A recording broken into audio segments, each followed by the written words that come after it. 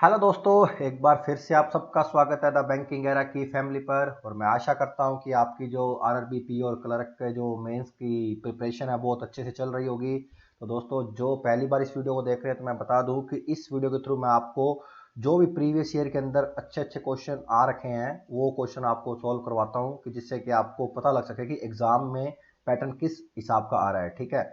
और दूसरी बात यह कि जो भी पहली बार वीडियो देखते हैं तो प्लीज़ सब्सक्राइब जरूर कर दें और बेल आइकन पे प्रेस करना ना भूलें कि आने वाली वीडियो जो कि मैं प्रीवियस क्वेश्चन की सीरीज चला रहा हूँ वो आपके पास नोटिफिकेशन आ सके और आप अच्छे से अच्छे क्वेश्चन की प्रैक्टिस कर पाएँ, है ना।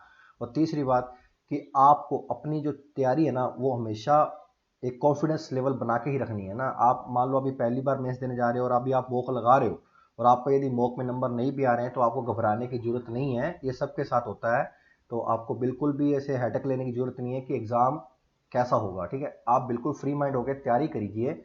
आप आगे का मत सोचिए, है ना। आगे का बिल्कुल भी नहीं सोचना है, आप केवल प्रेजेंट में रह के अपनी तैयारी को बूस्ट कीजिए ना। कितना कितना मैक्सिमम नंबर आप गेन कर रहे हो वो ध्यान में रखो, है ना, कि कितना जल्दी आप क्वेश्चन को अटेम्प्ट कर पा रहे हो वो मेन है।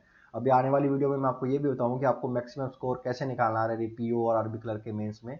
ठीक है। तो अभी जो आज मैं प्रैक्टिस सेट जो नंबर 2 है लेके आया हूँ आरबी पी और क्लर्क की मेन जो सीरीज मैंने चालू की हुई है। ठीक है। तो थोड़ी तबीयत भी ठीक नहीं है तो दोस्तों अभी क्वेश्चन आएगा आपकी स्क्रीन पर, उसको सॉल्व करना और जल्दी से आंसर देना। देखना कि आपको कॉन्सेप्ट कितना क्लियर है। ठीक है। तो चालू करते हैं आज की क्लास का पहला क्वेश्चन। ये लिए क्वेश्चन आ गया, जल्दी से सॉल्व कीजिए आप जल्दी से। एक दुकानदार एक घड़ी और एक स्पीकर कुल 1600 रुपए में खरीदता है। ठीक है जी। वह स्पीकर के अंकित मूल्य पर 20% की छूट देने के बाद स्पीकर को 20% के लाभ पर और घड़ी को 30% के लाभ पर बेचता है। ठीक है। यदि उसका कुल लाभ 25.625% है तो यदि उसने स्पीकर को अंकित मूल्य पर बेचा होता तो उसे कितना अधिक लाभ प्राप्त होता। तो करिए, आपके पास 1 मिनट है, जल्दी से सॉल्व करो क्वेश्चन को। जितना जल्दी हो सके उतना जल्दी क्वेश्चन सोल्व करिए ना, फिर तो मैं आपको कराऊंगा ही क्वेश्चन को। जल्दी से बताओ क्या आंसर आएगा। बताइए बताइए क्या आंसर आएगा, जल्दी से बताओ क्या आंसर आएगा।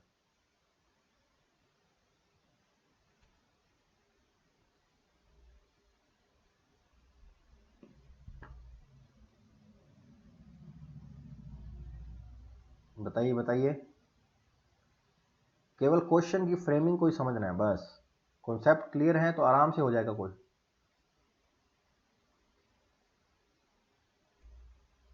बताइए क्या आंसर आएगा जल्दी से।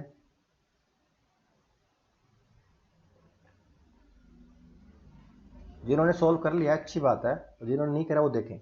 अभी क्या दे रखा है देखो, ये क्या दे रखा है, घड़ी दे रखी है और स्पीकर दे रखा है। ठीक है। मैं स्पीकर को ऐसे लिख लेता हूँ और घड़ी को डब्लू लिख लेता हूँ। ठीक है। डब्लू और प्लस एस, इसका 1600 प्राइस दे रखा है दोनों का। ठीक है, कंबाइंड।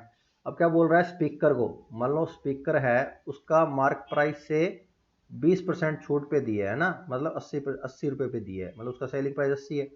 उसको अब जो बेचा है वो 20% के लाभ पे बेचा है, तो मतलब कॉस्ट प्राइस उसका 100 था तो सेलिंग प्राइस क्या हुआ, 120 हुआ। क्लियर, ये बात क्लियर है, इतना फंडा क्लियर है। ठीक है। और घड़ी को नॉर्मल क्या कर रहा है वो, घड़ी को क्या कर रहा है, मान लो इसका कॉस्ट प्राइस 100 है तो इसका सेलिंग प्राइस उसने क्या बताया, 130 बताया। क्लियर। लेकिन अभी ये देखो यहाँ पे एक चीज पता लग रही है कि कुल लाभ परसेंटेज में दे रखा है, कितना दे रखा है, 25.625। तो मैंने आपको प्रीवियस सेशन में बताया यदि एक पक्ष, दो पक्ष और उसका ओवरऑल पक्ष दिया हो तो अपने इसमें एलिगेशन लगा सकते हैं। क्या लगा सकते हैं, एलिगेशन लगा सकते हैं। देखो कैसे लगाएंगे, पहले देखो यहाँ पे लिख लेते हैं वॉच, यहाँ पे स्पीकर। वॉच पे कितना परसेंट लाभ हुआ है, 30%, प्लस 30। स्पीकर पे कितना हुआ, प्लस 20। ठीक है। ओवरऑल कितना हुआ, 25.625 क्या हुआ, लाभ हुआ। ठीक है। अब देखो देखो अब ये प्लस प्लस माइनस, 30 में से 25.6.2 जाएगा क्या आएगा, 4.375 ठीक है, इतना ही आएगा। और 25 में से 20 जाएगा तो क्या आएगा, 5.625। ठीक है। अब ये पॉइंट से ये पॉइंट कैंसिल हो जाएगा। ठीक है, ये काट दो 25 से, 25 दूना 50, 25 दूना 50, 25 5 125। ठीक है, 25 एकम 25, 18 आया, फिर 7 और 25 आता है 175, 175 आया तो कितना बचा, 22 बचा, फिर 5, 25 नहीं में 225, सॉरी सॉरी यहाँ पे एक आएगा ना, तो 25 5 है 125। ठीक है। फिर 25 से कटा, 25 नहीं में 225, 25 5 है 25 7 है, सॉरी 25 7 है 175। तो वॉच और सेलिंग, अब ये जो रेशियो आया है, ये जो रेशियो आया है ये कॉस्ट प्राइस का रेशियो आया है। किसका रेशियो आया है? कॉस्ट प्राइस का रेशियो है, ये ध्यान में रखना।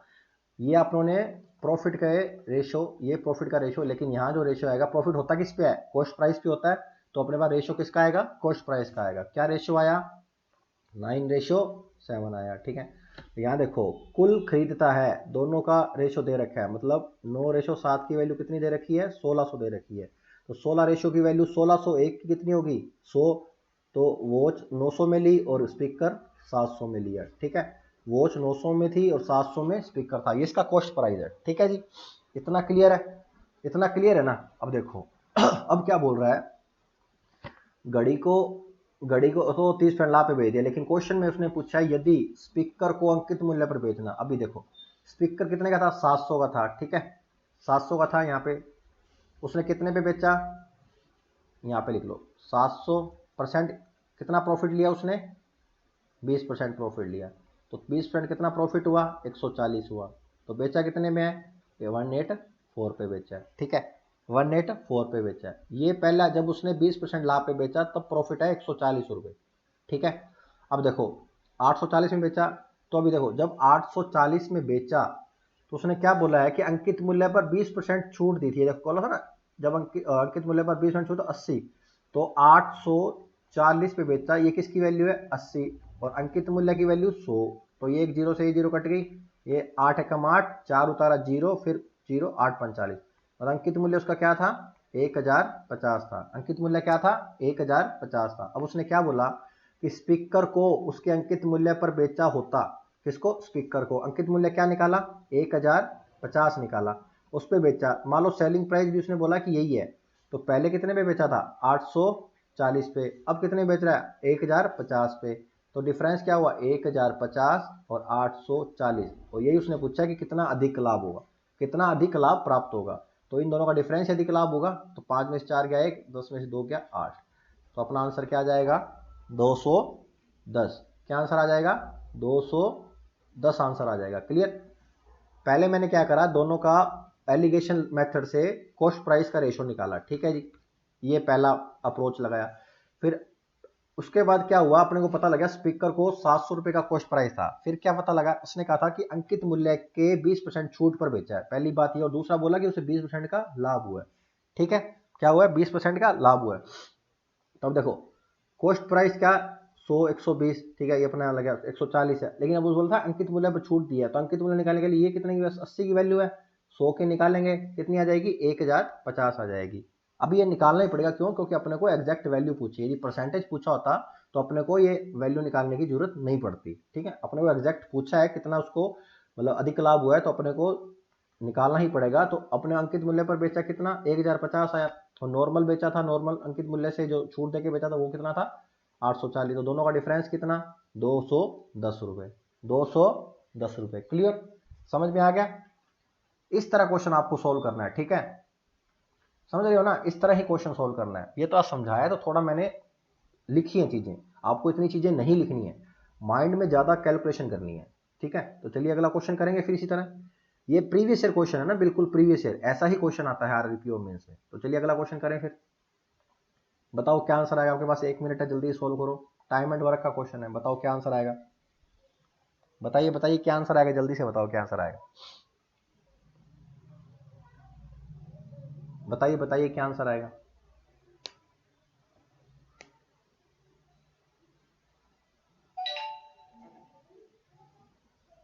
बताइए बताइए क्या आंसर आएगा जल्दी से।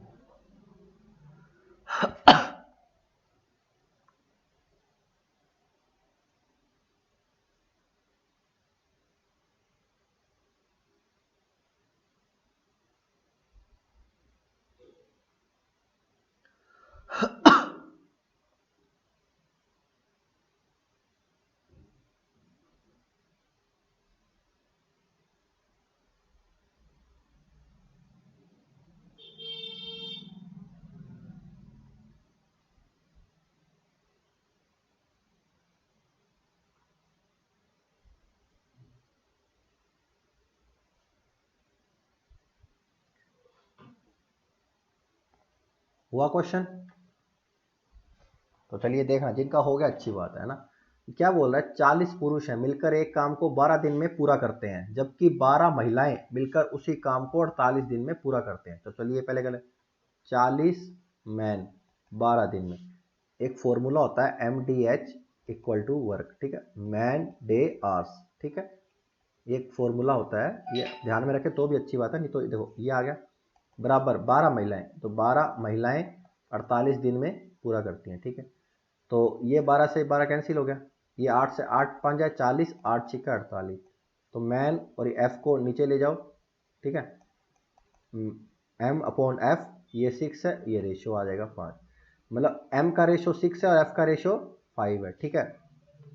तो टोटल वर्क निकालना है तो कैसे निकालेंगे, यहाँ पे रख दो M की वैल्यू 40 इंटू 6 इंटू 12, ठीक है, मल्टीप्लाई कर दो कितना आ जाएगा, मल्टीप्लाई करो 6 चौक 24, 12 दूना 12 चौक 48, मतलब टोटल वर्क आ जाएगा 2880, टोटल वर्क कितना आ जाएगा 2880 यूनिट है, ठीक है, ये पता लग गया। इधर भी रखोगे तो भी 2880 आएगा, ठीक है, ऐसे नहीं दोनों का अलग अलग आएगा, दोनों का सेम आएगा, ठीक है जी। आगे क्या बोल रहा है, सभी पुरुषों ने एक साथ काम करना शुरू कर दिया, ठीक है, हर अगले दिन, मतलब एक दिन काम करते हैं फिर क्या करते हैं, अगले दिन 10 पुरुषों ने काम छोड़ दिया, और 4 दिनों के बाद, तो 4 दिन तक ये प्रोसेस चला, फिर 16 महिलाएं काम में शामिल हो गई, तो शेष कार्य को पूरा करने में 16 महिलाओं द्वारा लिया गया समय बताना है, 16 महिलाओं द्वारा समय बताना है, ठीक है। तो अब देखो क्या होगा, पहले दिन काम करेंगे 40 पुरुष, पहले दिन काम करेंगे 40 पुरुष, ठीक है, पहले दिन कितना काम करेंगे, पहले दिन काम कितना करेंगे बताओ, देखो इफिशियंसी एक मैन की कितनी है 6 है, मैन है कितने 40, तो एक दिन में कितना काम करेंगे 40 इंटू 6 मतलब 240, 240 काम किया।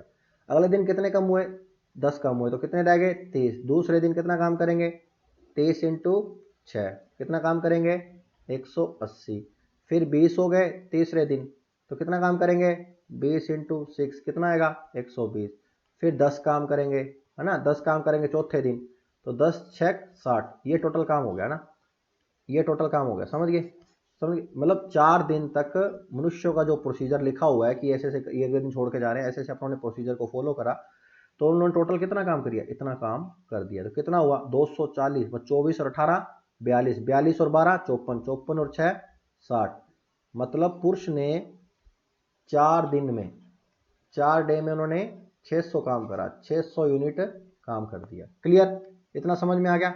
टोटल था कितना 2880, रह कितना गया 2280 रह गया, ठीक है, कितना वर्क रह गया 2280 रह गया।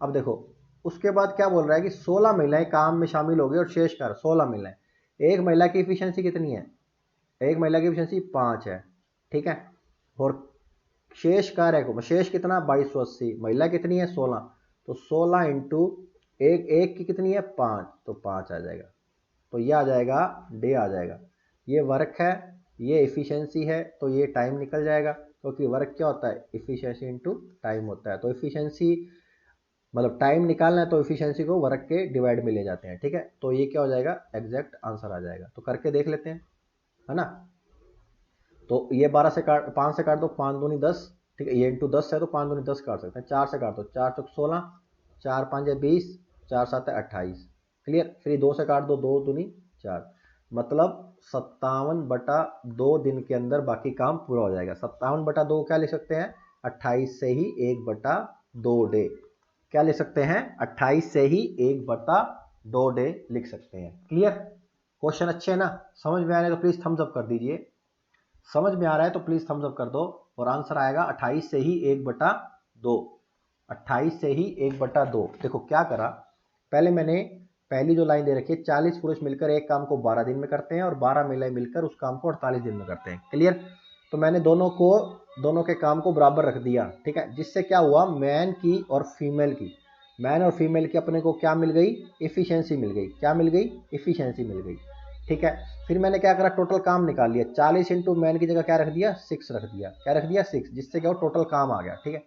फिर क्या बोल रहा है कि सभी पुरुषों ने एक साथ काम करना शुरू करा, ठीक है जी, और हर अगले दिन, ये देखो ये चीज इंपॉर्टेंट है ना, हर अगले दिन मतलब एक दिन काम करने के बाद अगले दिन 10 पुरुष क्या करते हैं काम छोड़ देते हैं, तो 40 पुरुषों ने काम चालू करा, एक पुरुष की है 6 इफिशियंसी, तो एक दिन में काम कितना हुआ 240। अगले दिन कितने काम करने के लिए पुरुष आएंगे 30 आएंगे, और कितनी इफिशियंसी से काम करेंगे 6 से करेंगे, तो कितना हो जाएगा 180।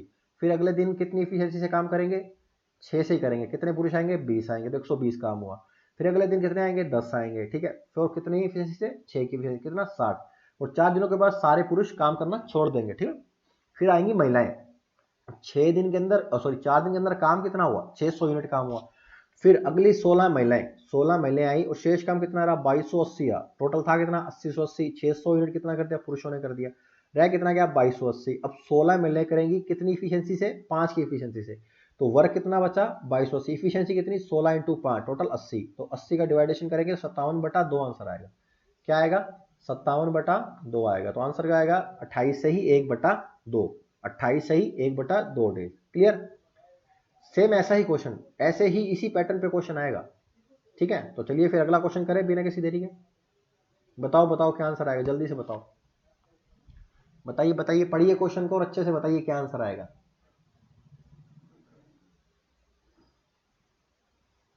पूरा 1 मिनट आपके पास, 1 मिनट में पूरा देता हूँ आपको करने के लिए, जल्दी से बताओ क्या आंसर आएगा। अर्थमेटिक को 1 ही मिनट देना है क्वेश्चन को, बढ़िया क्वेश्चन आते हैं तो 1 मिनट तो देना बनता है, अपने को नंबर भी 1.25 देगा क्वेश्चन सही करने पे, है ना।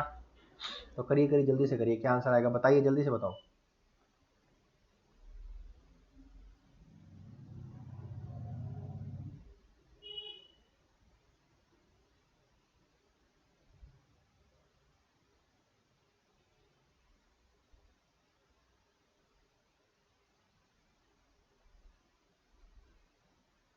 ये क्वेश्चन बहुत सिंपल आया था, लेकिन अच्छा है क्वेश्चन, अच्छा फ्रेमिंग की हुई है, तो बताइए क्या आंसर आएगा।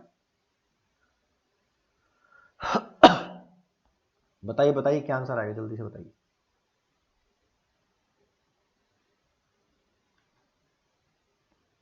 अभी तक आ गया होगा। चलिए क्या बोल रहा है, ये क्या बोल रहा है कि मनीष है ना, मनीष का मासिक वेतन दे रखा है 60,000 रुपये है, ठीक है, और वह खर्च करता है, किस पे खर्च करता है उनकी बच्चों की शिक्षाओं पर, और एक्स जो है अपने घर के किराए पर खर्च करता है, ठीक है जी। इसके अलावा वह शेष, इन क्वेश्चनों पे ये ध्यान में रखने वाली बात है कि शेष जहाँ लिखा है ना उसका ध्यान रखना, ठीक है। शेष राशि का 1/7 और 1/6 भाग भोजन और खरीदारी पर खर्च करता है, ठीक है, और शेष रुपए जितने भी शेष है किसी योजना में 30,000 का निवेश करता है। तो इस लाइन से क्या पता लग रहा है कि शेष बचे रुपए कितने हैं 30,000, उसे बोले शेष रुपए किसी योजना में 30,000, तो मतलब 30,000 रुपए थे, 30,000 रुपए थे शेष बचे हुए, वो किसी इन्वेस्टमेंट में कर देता है, ठीक है, किसी योजना में स्कीम के अंदर इन्वेस्ट कर देता है। अब पूछ रहा है कि एक्स का मान, एक्स क्या था कि जब वो घर का रेंट देता है ना, वो पूछ रहा है कि कितना रेंट देता है, ठीक है, ये क्वेश्चन पूछ रहा है। अभी देखो 60,000 उसका क्या था मंथली इनकम थी, 12,000 किस पे खर्च करा आप बोला शिक्षा पर, और एक्स किस पे करा रेंट पे करा, ठीक है। अब देखो आगे क्या बोला शेष, तो 60,000 में से ये माइनस करते हैं शेष बचा, ये शेष राशि है। अब क्या बोल रहा है 1/6 और 1/7, ठीक है, भोजों की दर पर, और शेष मान लो एक में 1/7 राशि यदि खर्च कर रहा है तो बचेगी कितनी, एक 6/7 बचेगी ना, 6/7 कैसे, मान लो कोई एक वैल्यू एक है ना, उसमें से 1/7वां हिस्सा निकालेंगे तो कितना बचेगा, 7वां निकालेंगे तो 6/7वां हिस्सा ही बचेगा ना, तो ऐसे ही है। तो रिमेनिंग कितना बचेगा 6/7 बचा। तो आगे देखो क्या 1/6 खर्च कर दिया कितना बचा 5/6 बचा, और वही इसने आगे दे रखा है कि शेष रुपए किसी योजना के अंदर कितना 30,000, तो ये जो पूरी वैल्यू है ये इक्वल टू किसके हो जाएगा 30,000 के अंदर। ये इक्वेशन समझ में आई कि नहीं आई।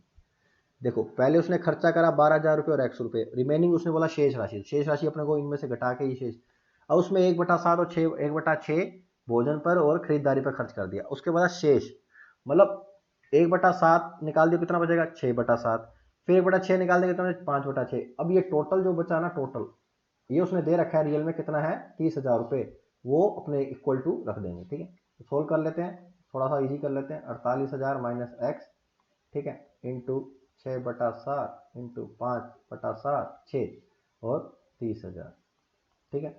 ये 6 से 6 कैंसिल हुआ, ये 5 से 6,000 आ गया, ये 7 को इधर मल्टीप्लाई करेंगे तो कितना आ जाएगा 48,000 माइनस एक्स इक्वल टू 42,000, क्या आ जाएगा 42,000, ठीक है। तो x माइनस का इधर ले जाओ 42 को इधर ले आओ, तो 48,000 माइनस 42,000 इक्वल टू 6,000, क्या 6,000। क्लियर। तो आंसर अपना क्या आ जाएगा, वो रेंट कितना देता है अपने घर का, 6,000 रेंट देता है। क्या रेंट देता है, 6,000 रेंट देता है। तो अपना आंसर क्या आ जाएगा, डी नंबर ऑप्शन आ जाएगा। क्या आ जाएगा, डी नंबर ऑप्शन। इस क्वेश्चन के अंदर था बिल्कुल सिंपल, नो डाउट, लेकिन इसमें अपने को शेष कॉन्सेप्ट है ना, मतलब रिमेनिंग जो आता है, रिमेनिंग वाला कॉन्सेप्ट थोड़ा देखना था कि रिमेनिंग क्या होता है। ठीक है, वो इसलिए मैं क्वेश्चन लेके आया कि आपको ध्यान में रहे। समझ में आ गया ना। तो इसी तरह ही क्वेश्चन आएंगे, आपको बिल्कुल आराम से सोल्व करना है, कोई ज्यादा हड़बड़ाहट नहीं करना है। ठीक है, तो चलिए फिर अगला क्वेश्चन आएगा, उसको सोल्व करना अच्छे से। बताओ, बताइए कंटेनर में 120 लीटर शुद्ध दूध है। यदि x लीटर शुद्ध दूध को y लीटर पानी से बदल दिया जाए तो दूध और पानी का अनुपात 20:1 हो जाता है। ठीक है, और यदि 2x लीटर शुद्ध दूध को y लीटर पानी से बदल दिया जाए तो दूध का अनुपात 16:1 हो जाता है। तो ज्ञात कीजिए x प्लस वाई का मान। ठीक है जी, बताइए क्या आंसर आएगा, जल्दी सोल्व करिए, अच्छा क्वेश्चन है, 1 मिनट अपने पास, अच्छे से सोल्व करें। बताइए बताइए क्या आएगा।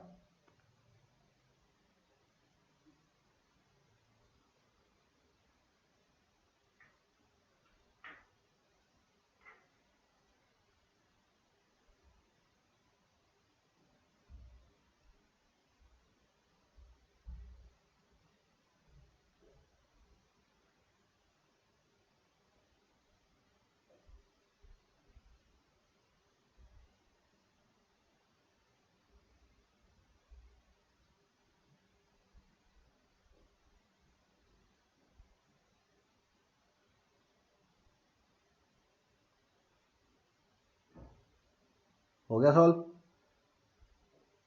हुआ कि नहीं हुआ, बताइए बताइए।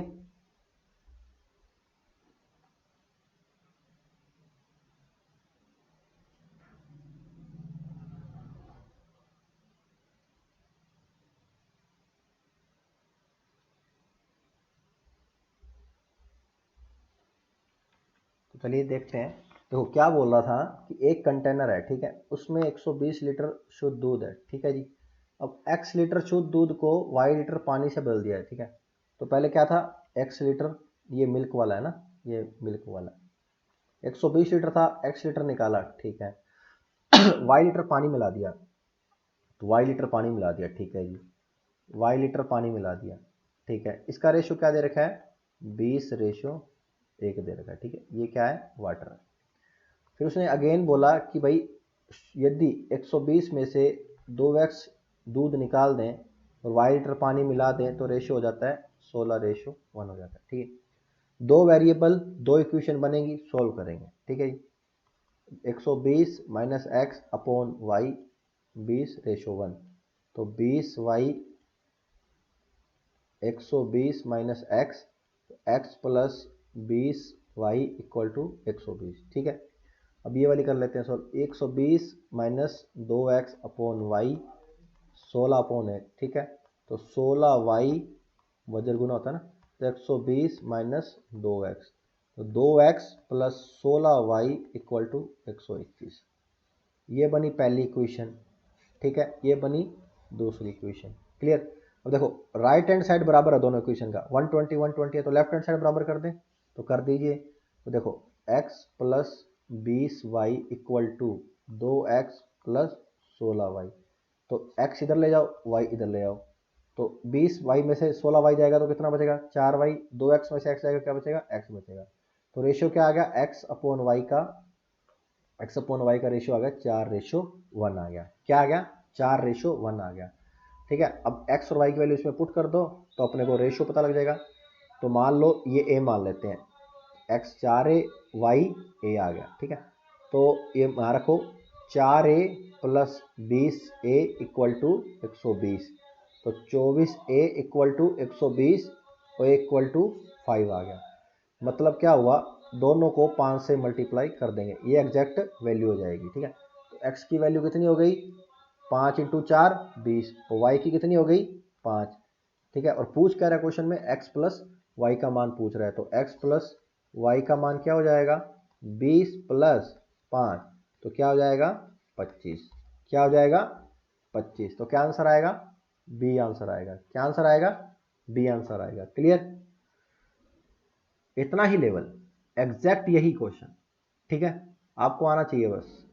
यहाँ पे ये रेशियो है, ये ध्यान रखना, ये एग्जैक्ट वैल्यू नहीं आई है, 4/1 है ना, जो ये आप कहीं यहाँ पे पुट करके आपको सेटिस्फाइड नहीं हो रहा, सेटिस्फाइड नहीं होगा क्योंकि ये रेशियो है, तो इसको एक वेरिएबल लगा के, कांस्टेंट वेरिएबल लगा के इसको रियल में बनाएंगे, फिर इसको पुट करेंगे तो अपने पास कांस्टेंट की वैल्यू आ जाएगी। कितनी आई? 5, तो उस कांस्टेंट को रख के रियल वैल्यू निकालेंगे।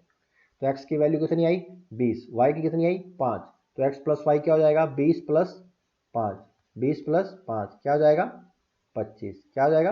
25। क्लियर, तो क्या आएगा रियल में आंसर? 25 आएगा। 25 ऑप्शन दे रखा है बी। क्लियर, दो इक्वेशन बनानी थी, दो इक्वेशन से एक्स और वाई के मान निकालने थे, ठीक है। एक्स और वाई के मान निकालने के बाद उसने एक्स प्लस वाई पूछ रखा है, वो एक्स और प्लस वाई अपने बता देंगे, एक्स प्लस वाई बता देंगे। क्लियर, समझ में आ गया ना? समझ में आ गया तो प्लीज थम्स अप कर दो पहले, है ना, और जितने अभी तक लाइक शेयर नहीं करा है, सब्सक्राइब नहीं करा है, सब्सक्राइब कर देना, ठीक। तो चलिए फिर अगला क्वेश्चन करें। ये लो क्वेश्चन आ गया अगला, बताओ, बताइए बताइए क्या आंसर आएगा, बताओ। एन पुरुष प्रत्येक दिन 8 घंटे काम करके 21 दिनों में एक काम पूरा करते हैं, पर एन पुरुषों द्वारा लिया गया दिनों की जो संख्या है, एन माइनस पुरुषों द्वारा प्रतिदिन 6 घंटे काम करने पर लिए गए दिनों की संख्या का 70% है, ठीक है। मतलब जो एन पुरुष दिन कितने ले रहे हैं, ये देखो 21 दिन, ये एन माइनस द्वारा लिए गए दिन है ना, उसका 70%, मतलब 70% की वैल्यू है 21। तो ज्ञात कीजिए एक दिन में 10 घंटे कार्य, ये क्या कार्य है ना, ये कार्य कार्य कार्य करने वाले एन प्लस 3 पुरुष ही कार्य को कितने दिनों में कर सकते हैं। एक दिन में 10 घंटे कार्य करने वाले एन प्लस 3 पुरुष उसी कार्य को कितने दिन में कर सकते हैं, ठीक है। तो बताइए बताइए क्या आंसर आएगा जल्दी से, 1 मिनट अपने पास, बताओ क्या आंसर आएगा जल्दी से।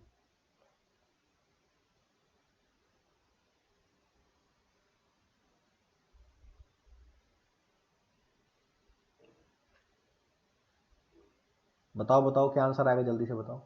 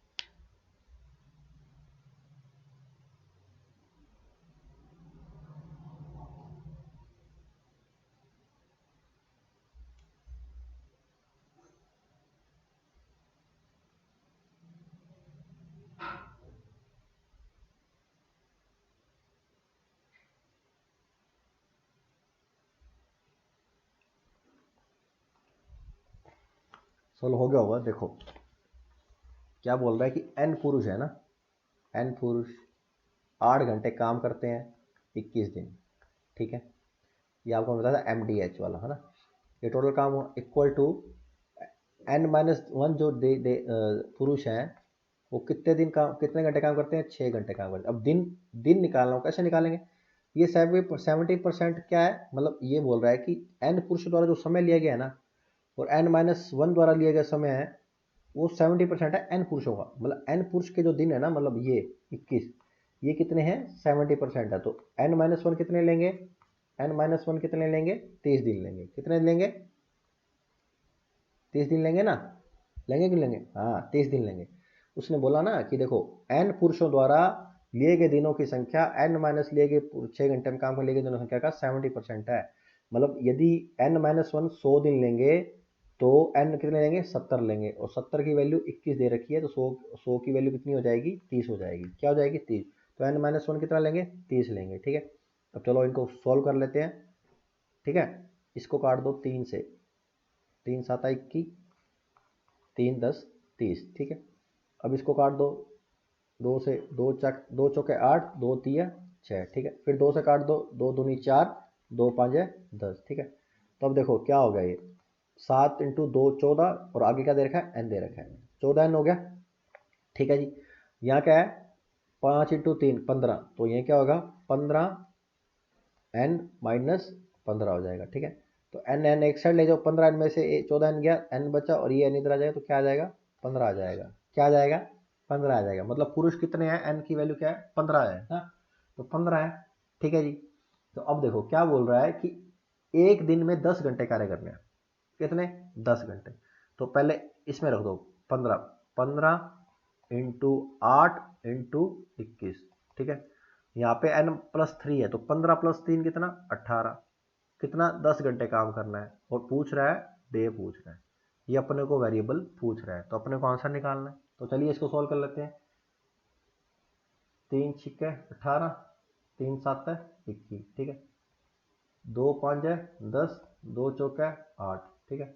5 को 3 से काट देंगे सीधा 15 आ जाएगा। क्लियर, समझ गए ना, क्लियर आ जाएगा ना। तो अब देखो क्या है, 6 से इससे काट दो 3 से, 3 दूनी 6, फिर 2 से काट दो 2 दूनी 4।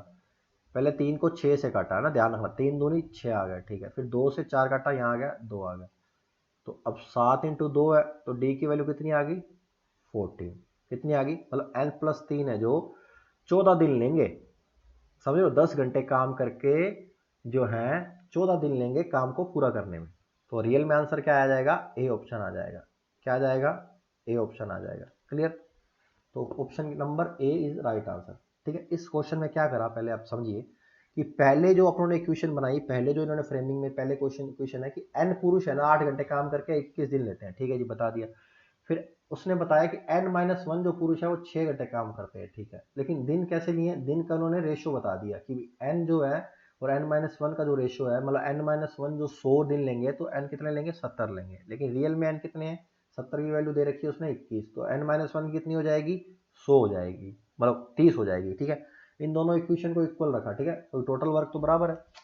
तो इससे क्या करा उन्होंने, n की वैल्यू आ गई, n की वैल्यू कितनी आई, अब n की वैल्यू आई 15। क्लियर कि भाई 15 पुरुष थे। ठीक है। फिर उसने नेक्स्ट पूछ क्या रहा क्वेश्चन में, n प्लस 3, तो एक इक्वेशन में 15 की वैल्यू यहाँ रख दी 15 into 8 into 21 equal to n plus 3 वाला कोई कार्य तो सेम कर रहे हैं ना, उसी कार्य को देखो, उसी कार्य को तो सेम कार्य कर रहे हैं। तो n-1 सॉरी n प्लस 3 पूछा है तो 15 प्लस 3 18 इंटू 10, 10 क्या है 10 घंटे कार्य कर रहे हैं। देखो 10 घंटे देखा, 10 घंटे कार्य करें और पूछा कितने दिनों में, और दिन ही निकालने डे। ठीक है। तो इन दोनों को इक्वल रखेंगे। ठीक है। इक्वल रखने से सोल्व करेंगे तो ये सॉल्यूशन वाला मेथड भी आपको बहुत, मैंने बोला था ना कि अर्थमेटिक के क्वेश्चन आपकी फ्रेमिंग समझ जाओगे लेकिन लैग क्या करोगे उसको सोल्व करने में। ये तो आपको जो कैलकुलेशन वाला पार्ट है ना, ये आपका बहुत ज़्यादा फास्ट होना चाहिए। एक बार फ्रेमिंग समझ गए तो इतना फास्ट होना चाहिए कि जल्दी से जल्दी सोल्व हो जाए। ठीक है। तो उन्होंने सोल्व करा तो क्या आंसर आ गया 14 आंसर आ गया। क्या आ गया 14, और वही अपना ए ऑप्शन था। क्लियर, समझ गए ना। तो इसी टाइप के क्वेश्चन आएंगे दोस्तों, आपको बिल्कुल भी मतलब टेंशन नहीं लेनी है, बस अच्छे से तैयारी करते रहे तो ठीक है। तो ठीक है दोस्तों, ये अपनी लास्ट स्लाइड थी। और जिन्होंने भी अभी तक लास्ट तक जुड़े हैं उन सबका बहुत बहुत धन्यवाद, और जिन्होंने अब तक सब्सक्राइब नहीं करा है तो सब्सक्राइब कर लें द बैंकिंग एरा चैनल को। ठीक है। और इसी चैनल पे मैं आपके लिए बहुत बड़े बड़े क्वेश्चन मेंस की लेके आऊँगा, और आने वाले टाइम पे आईपीपीएस क्लर्क की भी प्रीवियस क्वेश्चन को मैं सीरीज चालू करूँगा। ठीक है। तो तब तक के लिए जय हिंद जय भारत, मिलेंगे नेक्स्ट वीडियो में।